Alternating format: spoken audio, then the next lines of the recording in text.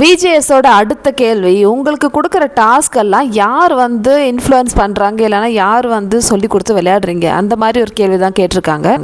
அதுக்கு எல்லாரும் சொன்ன பதில் என்னன்னு பார்த்தீங்கன்னா, கனி அண்டு சபரி இவங்க 2 பேர் தான் வந்து மேனிப்புலேட் பண்ணுறாங்க, இவங்க 2 பேர் தான் வந்து டிசைட் பண்ணுறாங்க யாரோட மாஸ்க் தூக்கணும்னு சொல்லிட்டு. கலையரசன் என்ன சொல்கிறாங்கன்னா, இந்த சபரி அண்டு கனி இவங்க 2 பேர் தான் மாஸ்டர் மைண்டு, ஸோ இவங்க தான் டிசைட் பண்ணுவாங்க.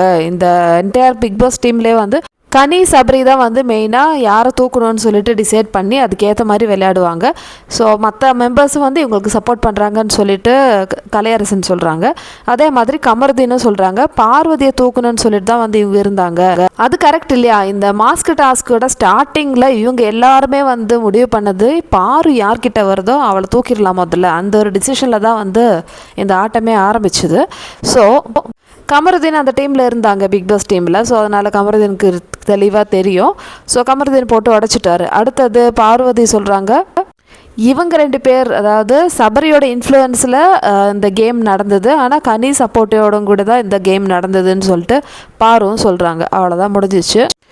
இது கேட்ட ஹவுஸ்மேட்ஸ்லாம் வந்து அப்படியே முழிச்சுன்னு பார்த்துன்னு இருக்காங்க. இதுதான் வந்து 3rd ப்ரமோ வந்திருக்கு. ஸோ இப்போ நீங்களே சொல்லுங்கள், அந்த மாஸ்க் டாஸ்கில் வந்து இந்த சபரி அண்டு கனி இவங்க 2 பேர் தானே மெயினாக பிளான் பண்ணாங்க.